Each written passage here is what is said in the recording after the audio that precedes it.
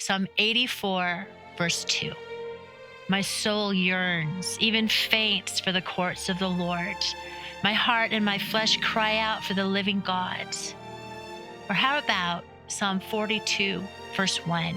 As the deer longs for streams of water, so I long for you, O God. Hi, friends. Stacey Eldridge here, and I am so glad to be with you. Thanks for joining me on the Captivated podcast. I started with those verses because we are living in tumultuous times, aren't we? I mean, it's volatile, and I don't think that's going to calm down very much. If you listen to the Wild at Heart podcast, which I encourage you to do, John has been talking about spiritual forces that have been released against the saints, such as hatred, coming against all believers and in a myriad of forms.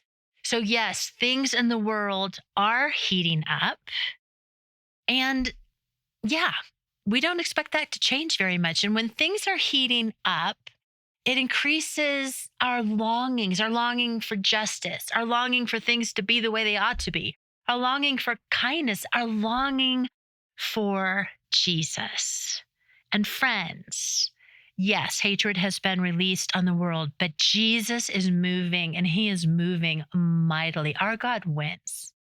But when there is crisis, it does something in our hearts. It is often good for us. It hones us, it humbles us, it can purify us, it can draw us more to Jesus and our longing for him to increase. Mostly for me, what it does is increase my longing for it to end.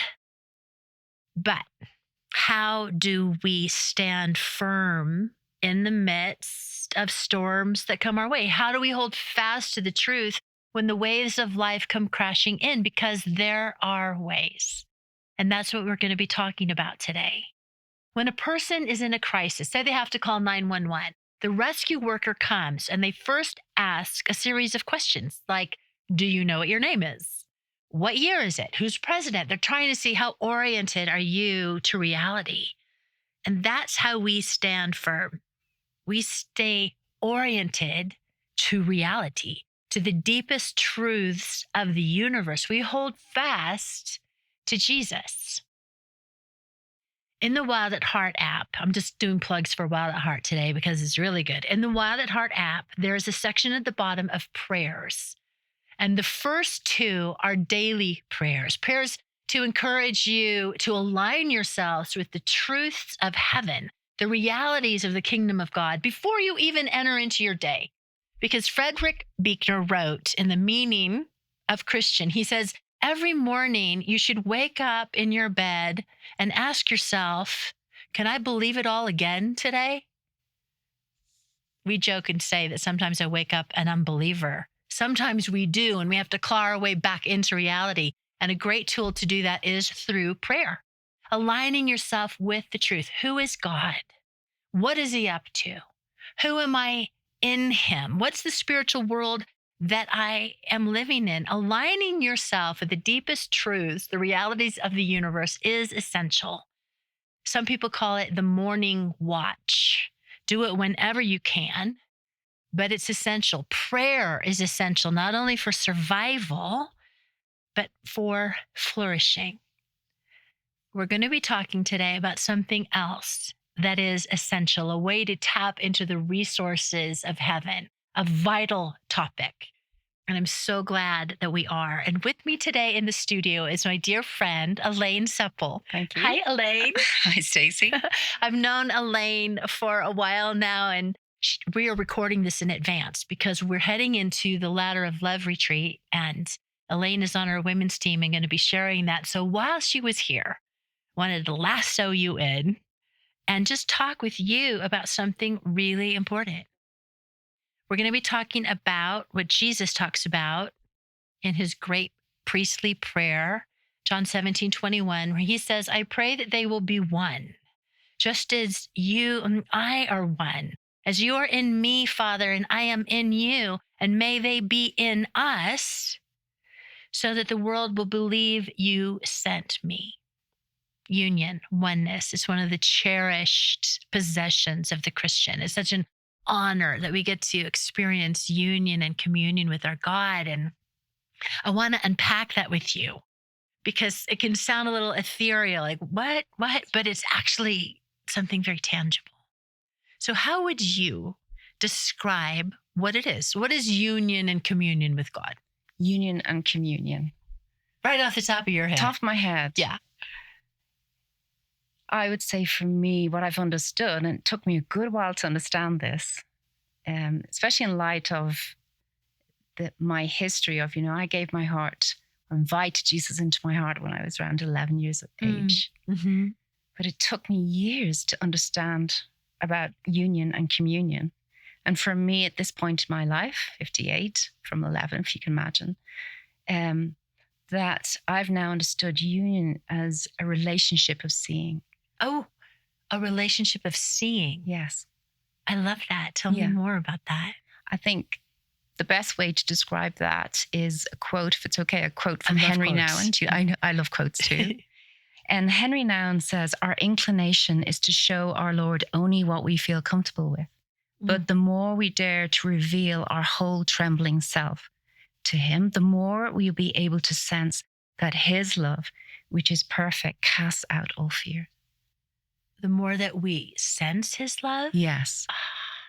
So there's this experience which I had no real understanding of at first, that the relationship and that invitation into union that we read in John, it's at 14. I think it says 17, anyone. But anyway, it says it's the one anyone who loves me will obey my teachings. My Father will love them, and we will come and make our home in them. And so it was an understanding that his home, he has at 11, he made his home in my heart, and the journey for me was learning and that invitation that he sees everything anyway. Yes. And the journey for me is to really make him helping me to make that decision, to really allow him to see my heart, for me to allow him to see what's really going on inside me. And in that seeing of me, in that, the good, the bad, the ugly of my interior world, my good days, my bad days, moments where I'm sad or moments where I'm angry, that he just wants to see it all. And in that, experiencing that and being invited into that, that I also, in that, then the communion part is that he allows me to see him. So it's a relationship of both being seen, but also a relationship of seeing him. That is so Does that make sense? It makes so much sense. Yeah. I love that you say it that way, because communion with God is a two-way reciprocal relationship. Yeah.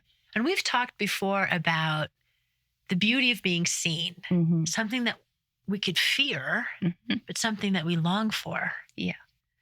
So crazy that he wants to be seen.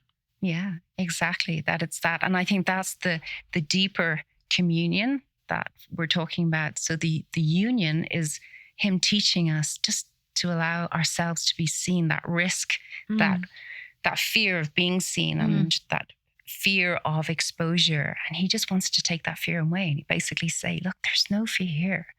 Don't be afraid to show me your true heart, show me everything.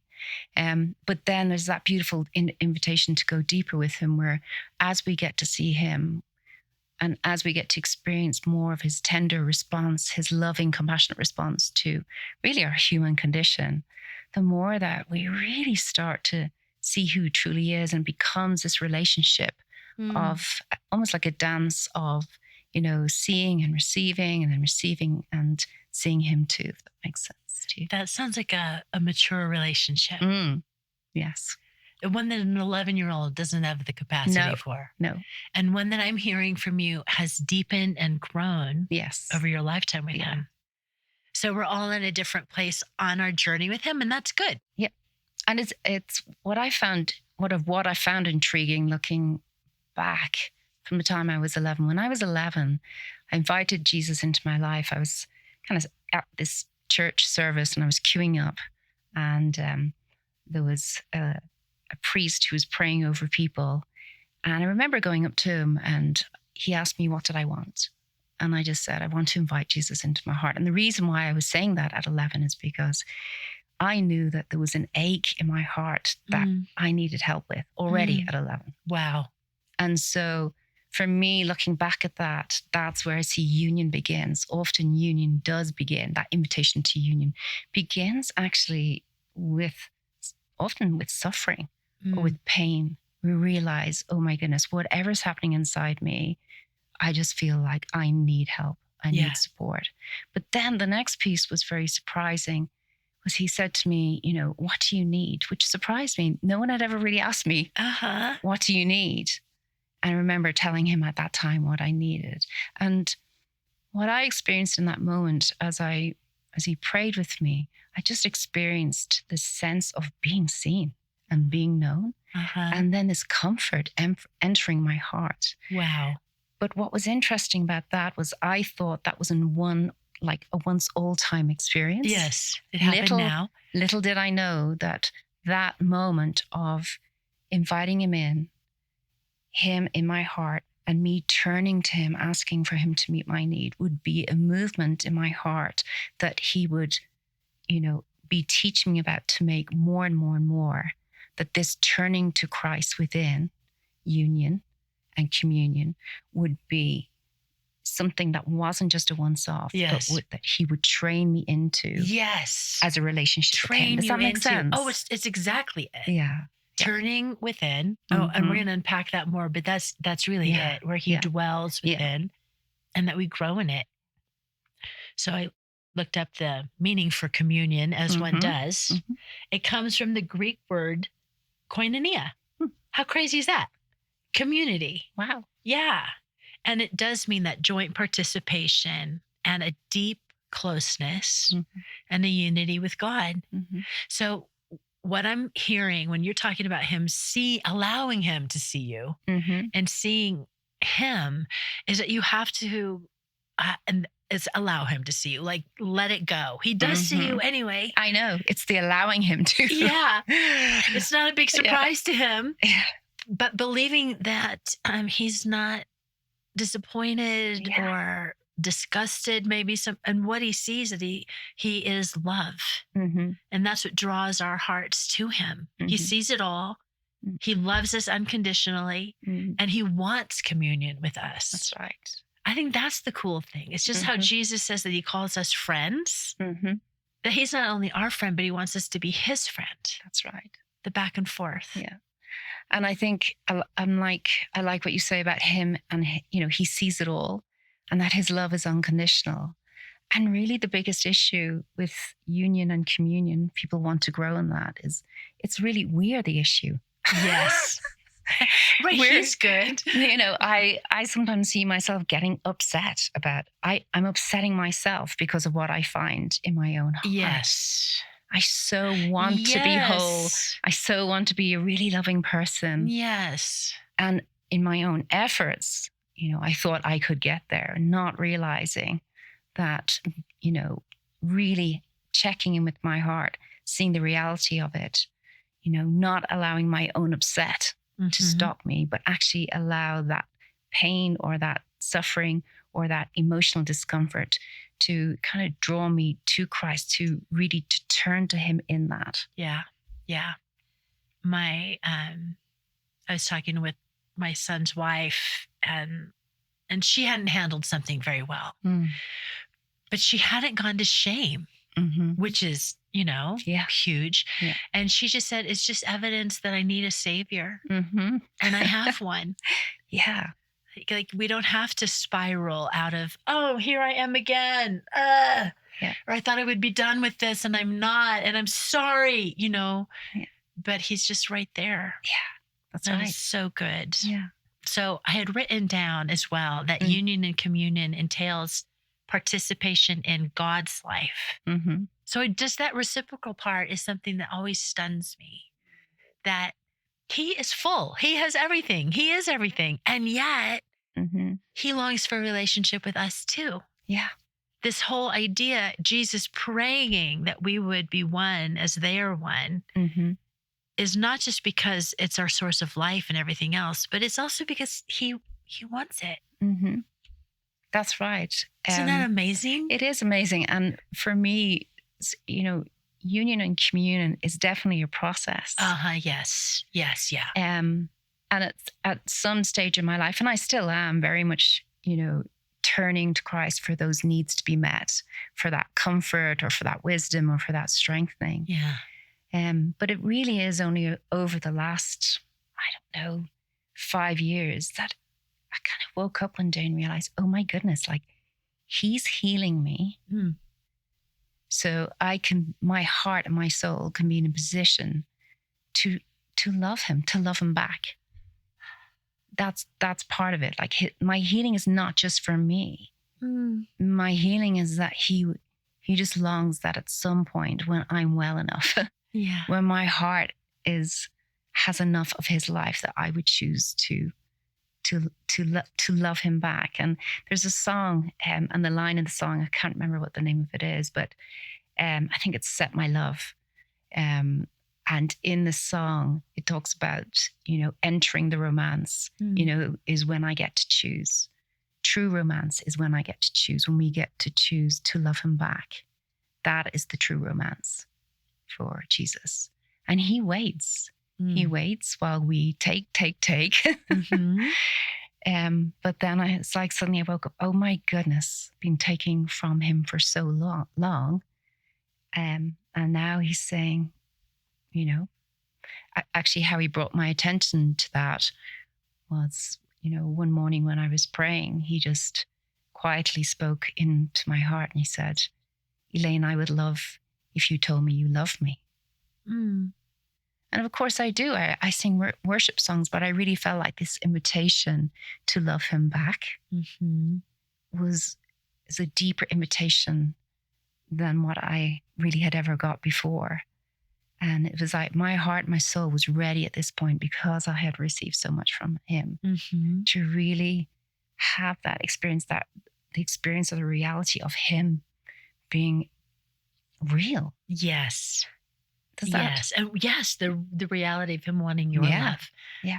He says it. Yeah. He says what's the first and greatest commandment. And he says, love God, love me. Mm. And for it to become something so deep and personal versus just sort of esoteric or out there. I love you, God. I'm thankful for you. Mm. No, wait, you want this intimate. I love you. Yeah. He's a real being who just longs to be loved back too. Yeah. And I know we know that in our heads. Mm-hmm. We've read this stuff, but it's until he really speaks to you about it. And, at the point where you have had enough union with him, you can feel the ache in his own heart, as I felt the ache in his heart as he said that to me. And even for the people, some people who are listening who have already got to that place with Jesus, I know another experience I had was that sometimes when you're in a hard season and he's doing healing work in you, and he brought that to my attention again not so long ago. Even when he's doing difficult work in you, and even when it can feel like, what I'm discovering in my heart is not so pretty. He also still, in those moments where that healing is happening and it's uncomfortable, still loves to hear us say that we love him. And again, he brought that to my attention very simply when I was praying one day, and I just visually, you get these things when you pray. Yes. Sometimes when you're some do in union, some don't. I get them sometimes, not all the time. And in this season of him doing some harder work in my life, I was just in prayer and I saw this like curtain, this very, very heavy curtain. And I saw this heavy curtain being pushed aside. Mm. And I felt at that time that curtain represented the purifying work, which he has to do sometimes within to remove the things that are blocking us from that intimacy with him. And I heard that voice again. Elaine, when is the last time you told me you love me? Mm. And wow. And it was a big question because I knew that at that moment, I had to be honest with him and say, well, to be honest with you, I don't feel I can say I love you, because I just was disappointed in myself that he was still having to work on in my heart to bring me closer to him, if that makes sense. It so does. he just, I mean, I'm expressing that today just to say how much his heart yearns for us to love him back. Oh, it's so good. That can take a revelation. Yes. And maybe now. Yeah. He yearns for it. Yeah. Something that's really powerful is to, as you said, to love him in our disappointment. If it's with a relationship, a situation, or with ourselves, or we're having pain or sorrow, it's grief, whatever it is we're feeling, to go ahead and enter into that very place that we're feeling it, and just choose to love him. Just say, I love you. I love you from here. I love you in this place. Yeah, that's exactly it. Yeah. How do you experience union?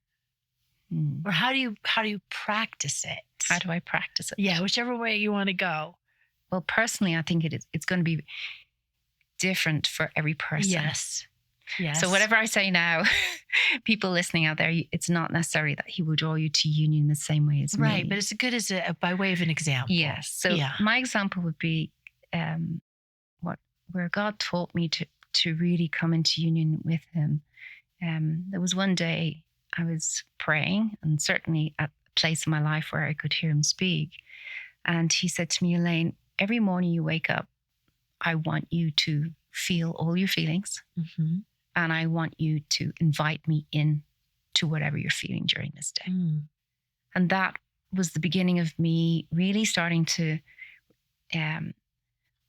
be able to take whatever I was feeling in the moment on a given day, given afternoon, and just, so in other words, going down into my heart, because that's where our emotions are kind of coming out from. The emotions are not the heart itself, as you know, but they are the voice of the heart. And so in tuning into my emotions means that I was going down into my heart. And what I would do is I would simply love him from that place. And that's how I started just teaching myself and him teaching me to just come and to experience more union with him. I would just sit down, go down into my heart, be present to what I was feeling. And then just turn to him and say, Jesus, come into whatever it was I was feeling on that given day, into either my sadness or into grief or even into joy. Jesus, come into my joy today. And in those moments when I turn to him, imagine that I'm allowing him to see me. But I also visualize that he is looking at me, this look of love, this gaze of love, as I'm showing him what I'm feeling. And in that moment, suddenly something happens. There's an engagement that I can feel. And the first feeling often is one of just welcome. It's hard to put words on, but it's like welcome and comfort and reassurance. Welcome that you feel, or you're welcoming him? And both. Yeah. Which is why it's difficult to talk sometimes about this topic. Yes. But often he is the one who initiates the welcome with me. In other words, I'm turning to him in whatever state I'm showing up. Yeah. And I suddenly feel whatever it is I'm feeling, he completely accepts me. And you can rest. I can rest. Sink into it. Yeah. And often there is this wave of comfort that comes. Sometimes I don't feel anything, but a good bit of the time I do. I just feel that comfort and that reassurance. Yes. And really that's where I began my conversation with him, or my time with him. Yeah, that's good. You've tuned into his presence within you. Exactly. I'm going to read this quote by Teresa Avila. She's praying here, actually. Give me the grace to recollect myself in the little heaven of my soul where you have established your dwelling. I just love that. The little heaven of my soul. There, you let me find you. There I feel that you are closer to me than anywhere else. And there you prepare my soul quickly to enter into intimacy with you. Help me, O Lord, to withdraw my senses from exterior things. Make them docile to the commands of my will, so that when I want to converse with you, they will retire at once, like bees shutting themselves up in the hive in order to make honey. I love that. There's a couple of things that I think we can draw from that. One is that you've talked about, you're dropping in. Yeah. Yes, through your emotions is a doorway to your heart. Yeah. And then you're dropping into where Jesus now dwells. This is where he makes up his home and the little heaven of our heart. And to practice shutting out the exterior world, because it's really noisy. Yes. And there's the distractions, the everything. And I think one of the ways that we can grow in practicing encountering God and enjoying the intimacy, feeling his comfort and his peace, is by going ahead and allowing for distractions to take place and not shaming yourself for those. Yes. We grow in that. I have to write them down. I just have to, if they're persistent. Sometimes I'll just let them flit through and go, you're a distraction, get along with you. Sometimes I'll say, I will come back to you. And sometimes I just write them down to get it over with. But you're practicing it, you're experiencing him in the depth of your soul, and it changes you. Yes, it does. It does change you. I hear you as well. It's like it's tapping into his life within. Because our best intentions aren't going to be able to be enough to pull off this life. Yeah. But he is in us, through us, with us. But the first thing he's concerned with is not what we're doing. It's our love relationship with him. Friends, we're going to land this podcast here because it's going to be a two-parter. But before you move on with your day, I would just love to pray for you and to take a few minutes to practice encountering Jesus in the depth of our hearts where he dwells. So get comfortable. If you're driving, press pause. This will just be about, a few minutes, but still, I want you to be able to turn your attention fully onto Christ. So let's do that. Just close your eyes. We're going to play some soft music and just take a few breaths. Deep breaths from your belly. Just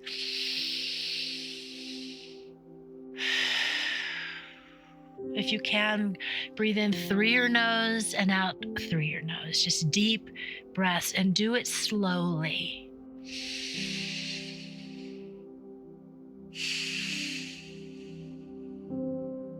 Take a few more deep breaths just as you listen to my voice, because what you're doing is just centering yourself into this moment, tuning in to your body, how you feel.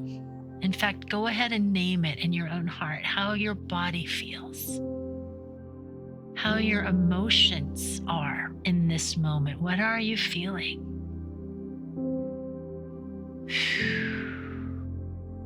And Jesus, I'll pray in the first person so you can pray along with me. Jesus, I invite you in. I invite you into this space, this moment, and my emotions. And Jesus, by faith right now, I'm going to give everyone and everything to you. The people that I'm carrying, the work situations, the responsibilities that are mine. Right now, I entrust them into your capable hands. I just imagine myself carrying them and handing them over to you, for you, just as you invite me to do. And I pray, Holy Spirit, that you would help me to sink down into the depths of my heart where you dwell. Just like I'm sinking into bed at night, I'm just relaxing into your presence within. I'm tuning into you, Jesus, and I'm turning the affection of my heart onto you. And I just say, I love you. I love you, God. I love you now, and I trust you. And I express my desire to you, God, for more union with you. I want to know you. You want me to know you. You know me. I pray to know you. And Lord, I pray that you come and fight on my behalf to remove the things that are hindering that from happening, Jesus. I want to experience you more fully. I want to rest in your presence. I want to believe your love for me. So come in this moment.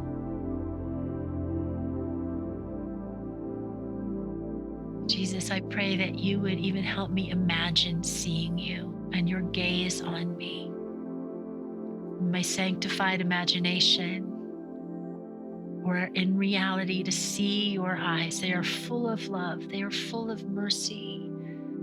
They're full of compassion and kindness. Lord, I just rest in your love right now. And I receive your love for me.